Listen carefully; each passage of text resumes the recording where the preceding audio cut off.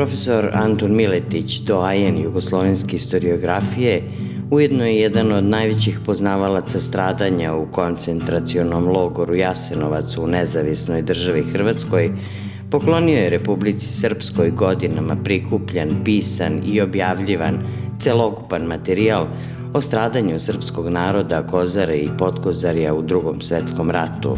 Legat profesora Miletića biće čuvan u biblioteci manastira Moštanica u Kozarskoj Dubici. Dugogodišnji istraživački rad Antuna Miletića na rasvetljavanju zločina počinjenih nad srpskim stanovništvom tokom Drugog svjetskog rata tema je emisije Specijal. Profesore Miletiću, dobar dan i dobrodošli u emisiju Specijal i hvala vam što ste izdvojili vrijeme da govorite za radio televiziju Kozarska Dubica. Za početak, pitala bih vas jedno veoma bitno pitanje. Radni vijek posvetili ste istraživanju onoga što se dešavalo u koncentracionim logorima Jasenovac i Donja Gradina. Zašto su Ustaše formirale koncentracioni logor Jasenovac i njegovo najveće stratište Donja Gradina? Da bi se činili čistu na nacističku državu iseljavanjem Cigana, Jevreja i Srba. Koncentracioni logor Jasenovac nisu formirali Nemci, nego su formirali Ustaše. A Ustaše su postavljene Kvaternik i Pavelić na inicijativu Mussolinija, fašista, i na osnovu Hitlera, nacista. I dali su vlast da upravljaju gradom, selima, na način kakav oni su zamislili. A zamislili su tako što su im postavili tutore. Pre Pavelića, koji je došao 15. 14. je postavljen njemački general u Zagrebu. Kad je došao Pavelić, posle toga 26. januara postavljen je Kaše. Zatim je uspostavljena Feldkomandatura 923 i Landeschinsen bataljon, koji su samostalni bili, čak su plakate po Zagrebu lepili ko će da strelja. Znači, više su upravljali Nemci nego što su u to vreme uprtale ustaške vlasti. To je bio jedna vrsta sistema okupacionoga koji su oni nadograđivali. Doveli su baš u moj Slavonski Brod 718. diviziju. Ja sam bio klinac i začudio sam se na palati Benčević i vije se crvena zastava sa kukastim krsom. Znači i 718. diviziju. I podelili celu Jugoslaviju između Italije i između Hrvatske, te nove. Jedan deo dali Mađarima, Banat, Balije, gore Međimurje, Italiji dali deo Jadranskog mora do Crne Gore i Prištine. Ali vlast je ostala civilna isto, s tim što su Hrvati podelili na župe, a župe su bili na celoj teritoriji, i ekonomski, i italijanskoj, i njemačkoj. S tim što su bili obavezni da i mir na tom teritoriju postoje. Međutim, oni, bez obzira na svoje snage i na sve ostalo, nisu mogli da uspostave mir, nego je to preuzela Wehrmacht, njemačka komanda, a sve što je bilo preuzmjeli, na primjer ovdje na Kozari ili u kojoj operaciji, sve te snage su bile počinjene snagama Wehrmachta. Smatram, zvala sam je nezavisna država Hrvatska u delima, takozvana nezavisna država Hrvatska, a poslije se nazvao NDH-Azija. Zato što su posle kapitulacije Italije u sve župe uveli svoje načelnike, Nemce, da kontrolišu vlast. Te prema tome, de facto i de jure, Nemci su imali svoj sistem u toj državi i upravljali onako kako selu, a zatvor, sve zatvore Ustaše su pretvorili u logore. Bio to Lepoglava, bila Virovitica, bila Travnik, bio Jadovno, odnosno Gospić. I pre koncentracionog logora izvršen je značajan zločin. U Gudurevcima je ubijeno već 24. januara 186. Tako da pre Jasenovca, koji je formiran 23. augusta 1941. godine, grdni zločini su se desili na teritoriji te nezavisne države Hrvatske. Profesore, NDH je bila tipični totalitarni režim. Imali su niz svojih genocidnih ustaških zakona, odluke o obilježavanju zatvorenika, Židovi su imali posebne trake, Srbi su imali posebne trake. Pa šta je u osnovi bilo tih njihovih akata, odluka i zakona? Zato što po nacizmu u nacističkoj Nemačkoj nisu mogli da žive Jevreji. Iselili su i pobili su i preko 4 do 6 miliona. Prva cifra govori 6, nešto su smanjili na 4 miliona. Prema tim istim zakonima i u toj nezavisnoj državi Hrvatskoj su izrazi zakoni. Na primjer, da ne mogu da se kreću po Zagrebu do 8 sati. Srbi da moraju da se istaraju iz centra. I sve je to bilo na nacionalističkoj osnovi, da jedino mogu da opstanu jedni, drugi, treći, s tim što ne Jevreji, ne Cigani, a Srbi kojih ima 18%, odnosno čak i više od 11%, mora se svesti na 6%. I onda je usledilo ubijstvo, usledilo je ukatoličanje i iseljenje Srba. Tako da je to bio takozvani grozni rat. Osobito na ovom području Bosanske Dubice i Kozare tu je izvršen stravičan zločin nad narodom Kozare. Kako gledate na činjenicu da neki autori su stali iza tvrdnje da je Jasenovac bio radni, a ne koncentracioni logor, bez obzira na činjenicu da su tamo bila smještena i djeca stara tek nekoliko dana do 15 godina uzrasta? Pa i pisalo je na tabli da je radni logor.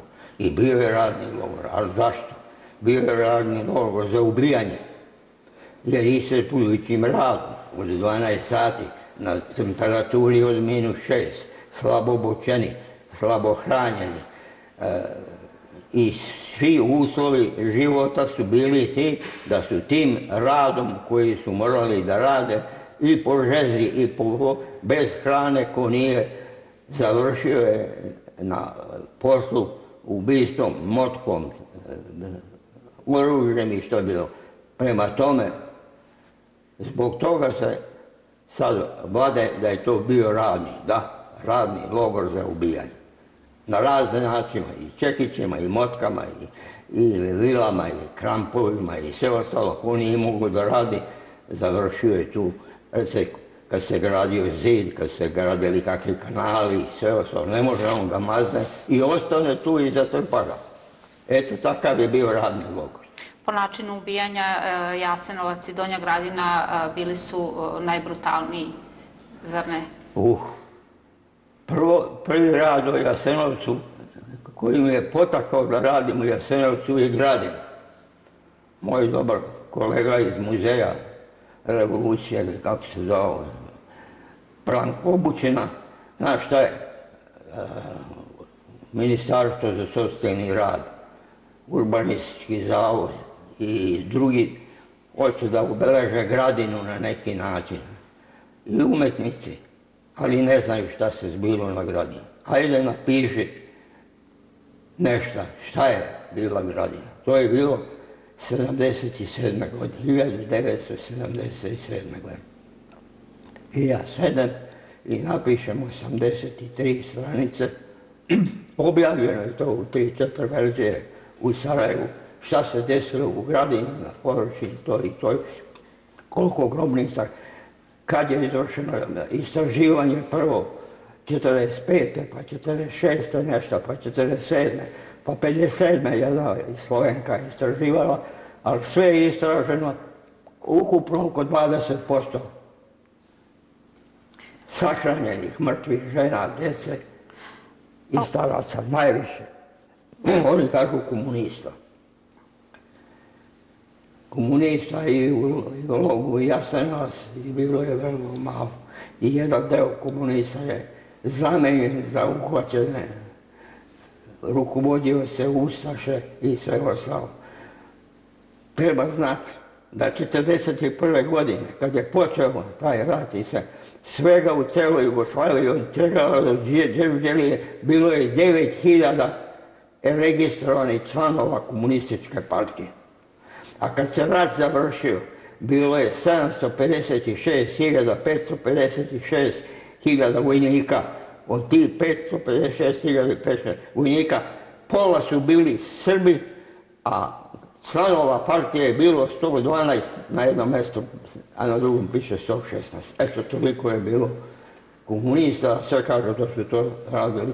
Komunisti su bili na rukovodećem položaju, to je tačno. Profesor, u vašim knjigama svi dokumenti i prilozi potvrđuju o stravičnom zločinu genocida koji su počinile ustaše u nezavisnoj državi Hrvatskoj. Pa kažite nam više o tim dokumentima, o vašem istraživačkom radu. Pa, pošto sam ja bio načelnik prvo arhiva, odseka arhiva ratnog, to znači od Kosovske bitke do 15. maja 1945. godine. 11 godina. I pošto sam Gradinu počeo, sam se zainteresovao da vidim da li ima dokumenta uopšte o tome Jasenovcu. I u mom arhivu, gdje sam bio proveo skoro 30 godina, u kartoteka je bila svih dokumenta. Bilo je 382 ili neke stotinu ustaško-domobranskih dokumenta. I ja listom 1, 2, 3, 5, do 380 i nekoliko dokumenta, nijedan jedini nije bio logor Jasenovac. Onda sam ja okrenio list, pa sam funkcionere ministarstva, policiju njihovu i sve te dokumente pregledao i tu sam našao jasan podatak. Onda drugo, došlo mi u priliku, ja sam birao dokumente iz Vašingtona, Nemačka. Preko 1 milion nemačkih dokumenta smo kupili iz Vašingtona u mikrofilmovani. I onda sam lepo na mikročitaču sve pregledao i kod Nemaca sam našao dosta podataka o koncentracionom logoru Jasenovac. A zašto nema u Jasenovcu? Zašto što su 1943. godine u maju mjesecu u Sarajevu odneti i zapaljena cela dokumentacija, oni koji su po dokumentima poslati u Jasenovac. Jer u Jasenovac su slati po dokumentima, a slati su dovoženi vagonima pa istovarili na livadu, pa sa livada na Gradinu i pobili. Niko ih nije registrovao. Dovozili su se transportima, transporto dođe, u transportu ima 1500 ljudi, sede po 50 na skelu, u Gradinu ubij, zakopaj i tako nema. Tako da sam ja u knjigama objavio imena, što kažu, udario sam kamen temeljac 81.000 i nešto. A ja sam tu knjigu radio 30 godina. Ali ja nisam istoričar, ne istražuje imena. Tu su statističari, tu su demografi, tu su astrolozi, tu su antropolozi, tu su sudska medicina. Ti istražuju, mi možemo samo ono što smo našli u dokumentima. I ja sam objavio u dokumentima, a po gradovima, recimo za Bosnu i Hercegovinu, obradio sam 103 grada i 1860 sela sa imenom, prezimenom, godinom rođenja, godinom ubistva i selom odakle. S tim što sam uvijek naglasio da to nije jedini broj i nije tačno, nego onoliko koliko ima dokumenta. A ko zna više, da na te brojke i sela javi se i gradova da dopuni, da bude broj, ali ovako, imenom, prezimenom, a ne kao što je isplesano na spomeniku po abecedi, pa se ne zna da su Jevreji, da su Romi, da su Srbi i sve ostalo. I to gro mojih imena i prezimena, ali niko nije rekao da su moji. Isto ko sad kaže ovaj direktor tamo muzeja u Beogradu, pa mi imamo oko 90.000.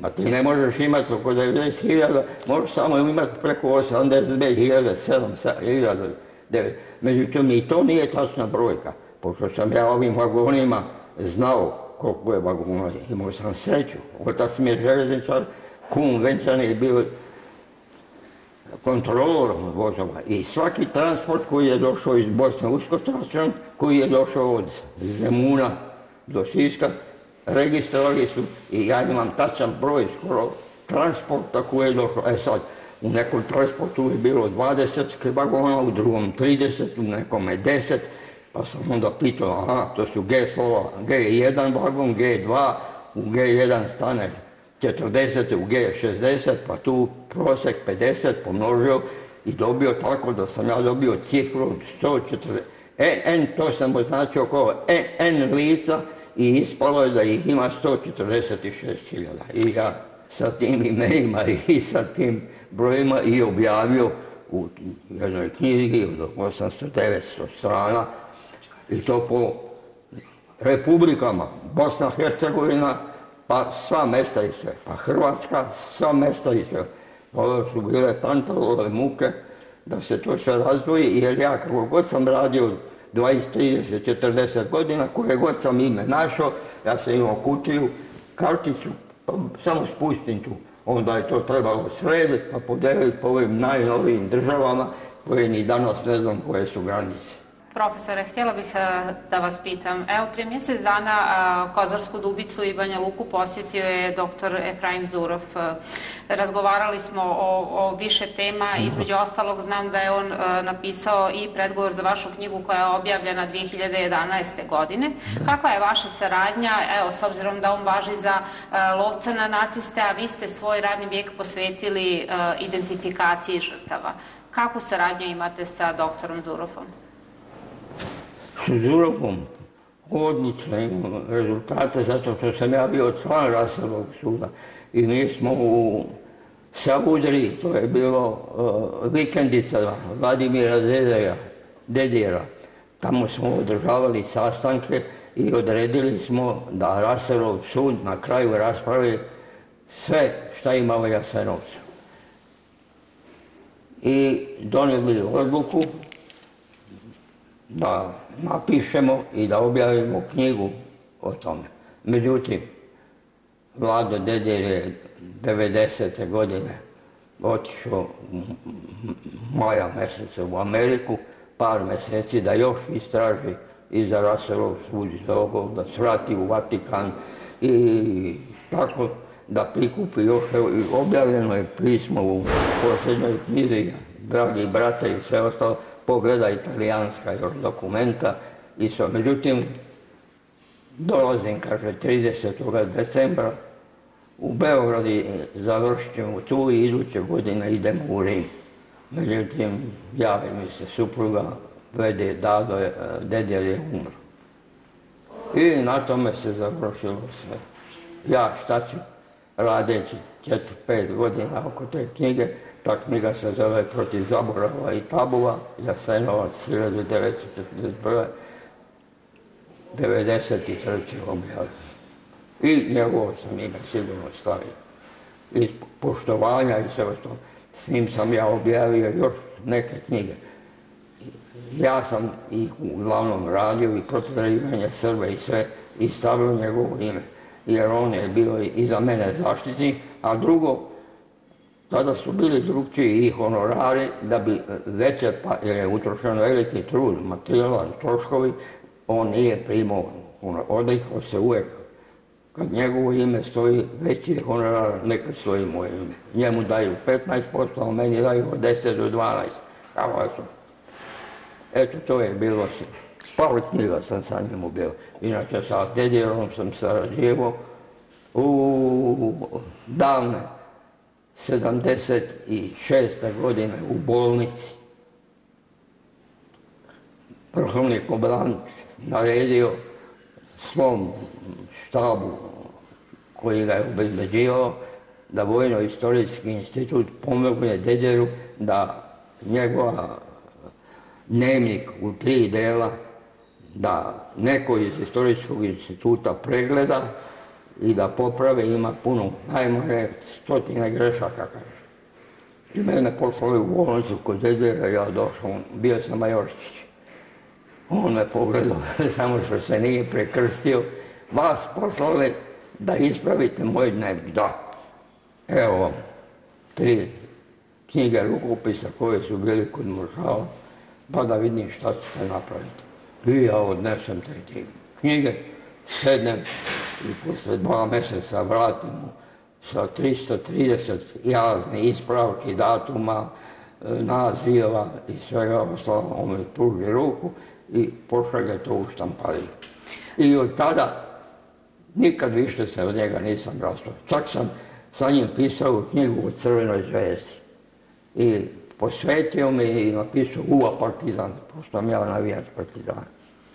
Eto, završilo se i to je jedna od najboljih knjiga koja rasvetljava sve, jer smo počeli od koliko je bilo stanovništva 1941. godine, koliko je stanovništva bilo po popisu 1948. godine. Pa smo onda to sve proveli, pa brojke, 700.000 ubijeni, 1.400.000 ubijeni. Kad se brojimo, nema ljudi. Tako da ta brojka nije utvrđena nikad. Ja sam prvi napisao tu dušu da me izvadi, što je 146.000. I ako sam sa ovim Grajfom što je tu bio, ja sam mu pomogao sve oko Jasenovca. On je napisao drugu knjigu, a to je do Jasenovac, Auschwitz i sve ostalo. 2 mjeseca sam radio sa njim i sve. Profesore, otkrili ste Kurta Waldheima. Kako, na koji način? Kod? Kurt Waldheim. Da. Otkrili ste ga. Kurt Waldheim, to je duga priča, da vam kratko kažem.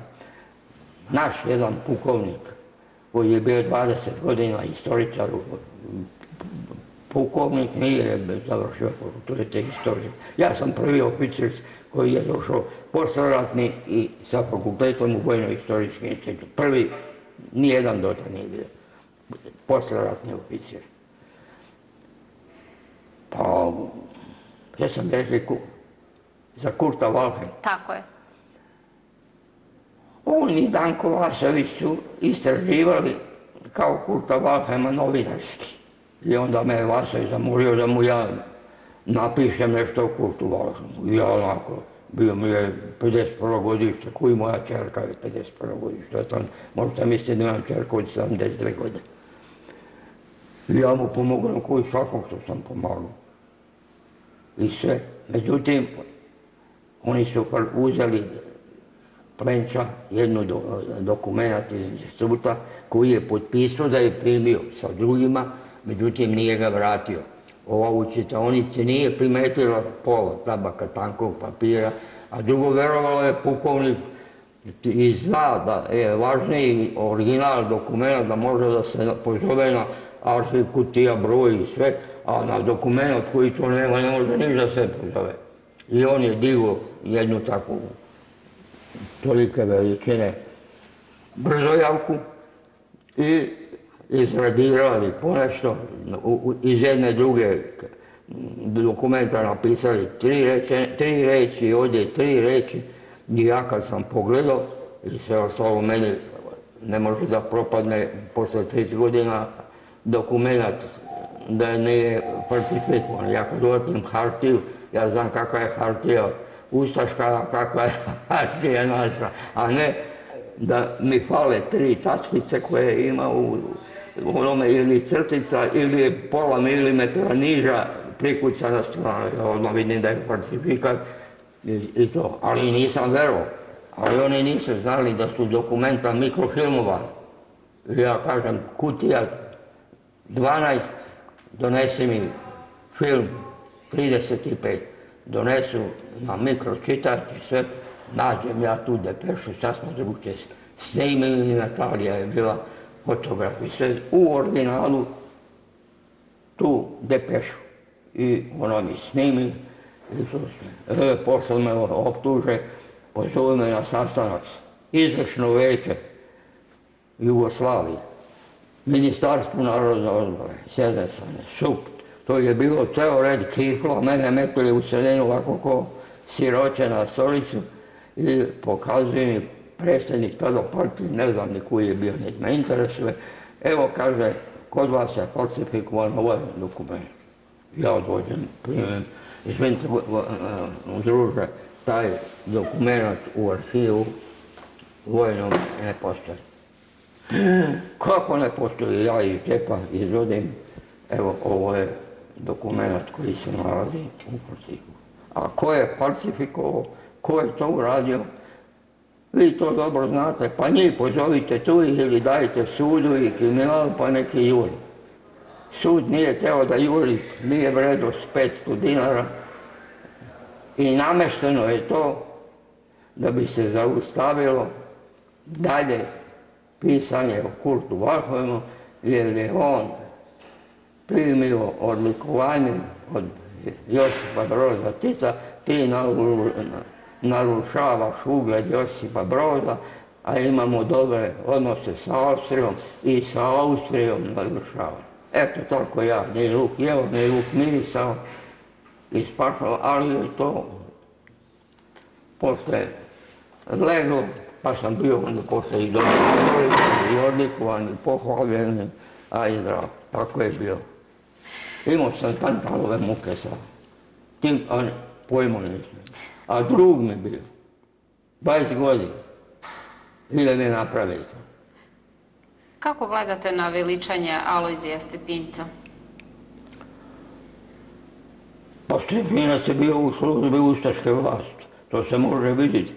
U mojim knjigama je objavljeno valjda 10-ak knjiga gdje se Pavelić i Stepinac sastaju za rođendane, za koje kakve svetkovine, da sve znači sarađivo je. Nije se protivio rješenju drugom srpskog pitanja prekrštavanja. Nije se naročito ni mešao, prepustio je to ustaškim stožernicima. U svakom većem mjestu je bio stožernik, u svakom manjem mjestu je bio logornik, u većim selima bio je tabornik. Oni su svim rukovodili, a popovi su bili uz njih. I tako su. Neke su registrovali, ja sam pregledao 11 knjiga hrvatskih župa. I tu sam imao čast da sam 11 knjiga pregledao i 3 knjige su istrgnute bile stranice od 41. do 45. U istraživanju ja sam imao velike pomoći, imao sam i prilična ovlašćenja, ja sam mogao da uđem u arhiv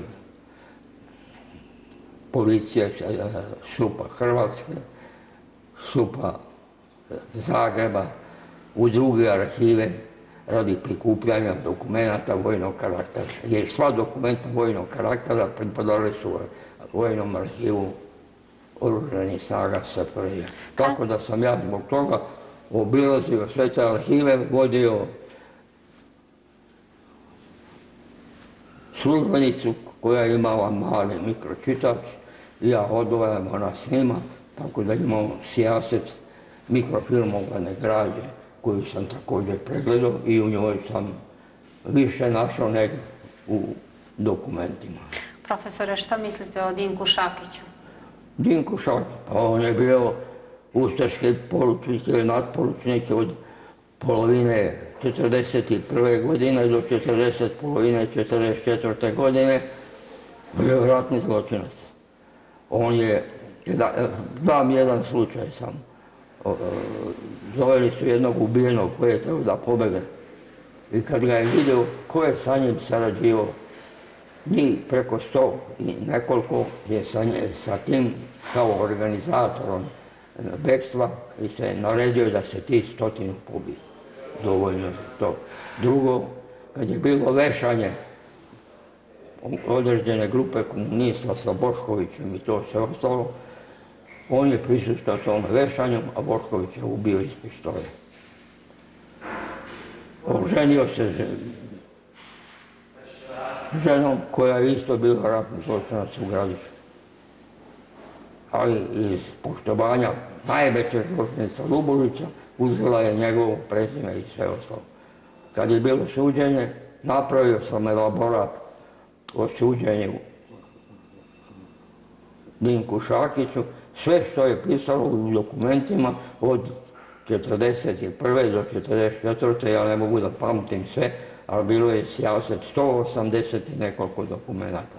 Se on pominje u raznim akcijama i u izjavama posle, kad sam radio protivivanja Srba, isto tu je učestvovao, pominje se njegovo ime, te prema tome bio jedan od tih glavnih oficira, ustaša, koji su sprovodili program protivivanja Srba, Jevreja, Roma i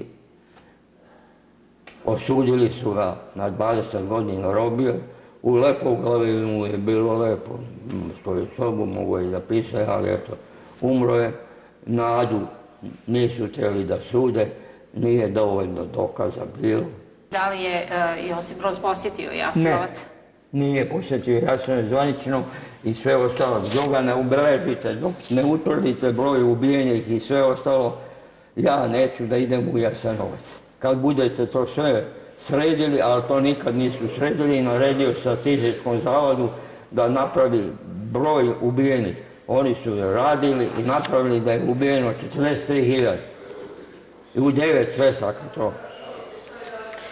I ja kad sam uzeo jednu svesku, bilo strogo poverljivo, piše gore strogo poverljivo. A nije važno što je strogo poverljivo. Ja sam imao više od strogo poverljivih ljudi, načelnik kontraobavještajne službe, Kosa i sve, bio Iljato Šačić, a bio dobar prijatelj s vami. Bez obzira što je bio opasan i sve, a njegov pomoćnik Stepan Domokučić, njegov otac radio sa mojim ocem. Pa tako da na toj vezi i sve ja sam ostao sa Jeftom i sa Jeftom, sa Šačićem na kraju pisao knjigu I B i Goli otok. Hoću da vas pitam, baš upravo o toj knjizi i da li je Josip Broz posjetio Goli otok? Ne. Nije Goli otok. Jedna komisija posjetila, u to je bio Iljato Šašić i ostali. I prebačeni su, oni bili su u Bileću, pa iz Bileća su prebačeni u Goli otok. Goli otok, tamo je bilo dosta i nevinih ljudi i sve ostale. Ranković je posjetio 2 puta Goli otok i od toga je smanjen za više od pola. Bolje poslate ljude na obalu, u šumu da seku drva i da imaju neke koristi, nek da tucaju tu kamene i sve ostalo. A što se tiče ubistva, nijedan logoraš u Jasenovcu, na Golom otoku nije ubijen. Gdje je umro od gladi, od bolesti, od žege, od sve ostalo, tamo su bili rezervisti, mladi ljudi koji su 18-19, pa su bili krivi što su u logoru radi ovih komunista navodno i to se ostalo, pa su im maltretirali.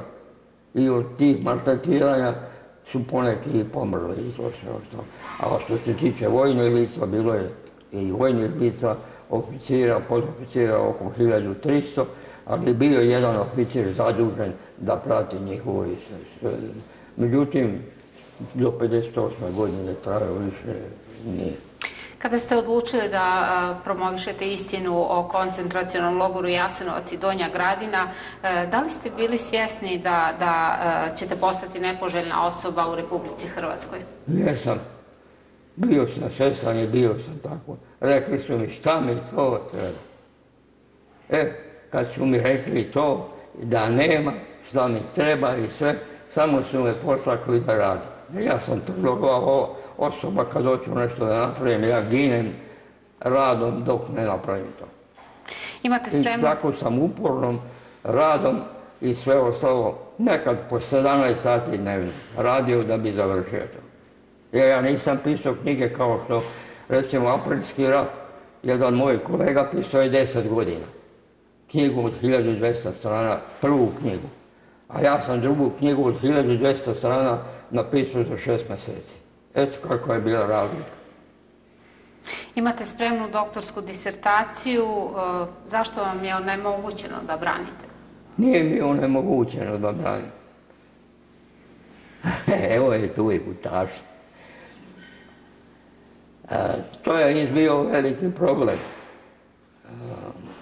Akademik šiptarski, da ga ne imenujem sve, napravio sam 2 primjerka, pošto sam njemu pomogao da magistrira i da doktorira. I sve ostalo, ne samo njemu, nego mnogima. Pozvao me u Hotel Europu i naručio lep ručak, čak u šampanjac. I otvorio moju doktorsku disertaciju i rekao: Miletić, kad ispraviš ovo da nismo šiptali, jer je to pogrdan naziv, u celoj doktorskoj disertaciji ispali meti Albanci. Ja rekao: kako? Zašto su šiptarski pogrdan naziv? Onda je rekao: ja sam Slavonac, ona je Dalmatinac, ona je Zagorac, ona je Krajišnik i sve. Je to pogrešno? Celog života. A drugo, pogledaj kartu. Severni deo, evo ti kartu. Severni deo Albanije, šta piše ovdje? Piše Šipnija. Odatle sa tih brda došli su u ove bolje krajeve da mogu bolje da žive, da imaju njive. Tamo nemaju ništa sem šume i divljine i to sve. Znači nisam trebao da ispravim Šiptave na Albance. To je bila jedna. Drugo, o balistima se reče. Balisti su bili u Albaniji, a balisti su bili vođe pokreta na Kosovu, a glavni su bili vulentari, a vulentari su bili obični seljaci, ljudi koji su kući radili i sve, a navečer uzmu pušku i vode i ovi balisti u akciji. I da izbišem te baliste i sve, da nakažem da su to vulentari, narod dizao ustanak. I na to nisam pristao da je ispravio. Onda je bilo, zašto sam od 45. nastavio da pišem i 46. godinu i 47. kad je ustanak i gužva bila, kad je angažovana divizija i kad je angažovan korpus narodne odbrane, kad je sup UDBA da uguši pokret i to sve ostalo njihovo tamo i sve. Da su dosta izginili i sve ostalo. Ja i to napisam. Znači treba i to da izbiši. I najvažnija tačka koja je bila, neću da je kažem, i sve iz političkih razloga, da ne bi Srbiji sad inače u teškoj situaciji ojačao i sve ostalo. Imali su oni svoj štab operativni, onda su to pretvorili u drugi, pa su svi dobili ovi, oni nisu ništa. I na tom se završio. I ja onda sam odustao i nisam trebao više da se bakćem sa doktorom i to sve ostalo. Iako nisam morao ja to da doktoriram. Nije mi trebao ni fakultet. Ja imam uvjerenje i sve da imam najveće vojno obrazovanje u Jugoslovenskoj narodnoj armiji, da sam završio geodetsko učilište, višu geodetsku školu sam završio, završio sam pešadijsku školu, završio sam višu vojnu akademiju, završio sam nemački jezik i sve, i mogao sam na centru za obuku i u Filozofskom fakultetu, kad sam sve mogao sam da neko. Držao sam dosta predavanja u Megatrendu. U akademiji sam počeo da radim 94. Odnosno, da, 84. do 94. kad je ukinio sve ostalo. Deder mi je uzeo diplomu fakultetsku, pisalo profesora. Profesori su sve pisali koje je završio u to vreme, profesori istorije. Ja nikad u životu nisam napisao. Magistraturu mi je priznao, zvanično imam dokumenta, sve je dokumentovano. Sad sam ja napravio knjigu dokumentovana biografija. Tako da tu ima sve, da sam mogao da doktoriram gdje sam trebao. Sa vojnim temama i sve. A sve sam obučavao i od generala i pisao im knjige i svašta, tako da. Svoj legat poklonili ste biblioteci u izgradnji kod manastira Moštanice, kod Kozarske Dubice. Zašto baš ovdje? Iz iskustva. da u brojnim arhivama i sve ostalo rade koje kakvi arhivisti, istoričari, ovo sve ostalo vrše distribuciju i sve što im se ne sviđa, a u sadašnjem su sistemu i sve ujmiću da uništavaju. Ja znam što se radi u arhivama. Baš kad sam proveo 41 godinu i 1 mjesec i 1 dan. Toliko sam proveo. Te prvo ja sve arhive i sve arhiviste znam šta rade. Znam koliko građe je uništeno u armiji, koliko je uništeno u pojedinim arhivama i sve. I sad se promeni sistem, sad dosta su bili partizani, sad su došli na vlast polučetnici, sad ćemo sve partizanske dokumente da uništimo i sve. A u tim partizanima od prvog rata i sve ostalo, najviše su išli Srbi. Zašto su Srbi išli najviše u partizane? Zato što su to isprobani borci i drugi ne trpe okupaciju. A jedini u programu borba protiv okupacije je bio Narodno-slobodilački pokret, a ne komunisti. Komunisti su bili zabranjeni od 31. do 27. marta kad su učestvovali u demonstracijama. I zbog toga ta arhiva sad više nije poželjna, a možda će sad je već drugo, treće pokoljenje, 4., 5., 100. A iz iskustva znam da se u manastirima građa čuva od pamtivijeka i jedino ako je ne popalen i ne uše. Profesore, hvala vam mnogo na izdvojenom vremenu i što ste govorili za našu radio i televiziju. Ja što sam mogu u ovoj situaciji i za 93 godine da govorim. Hvala vam mnogo.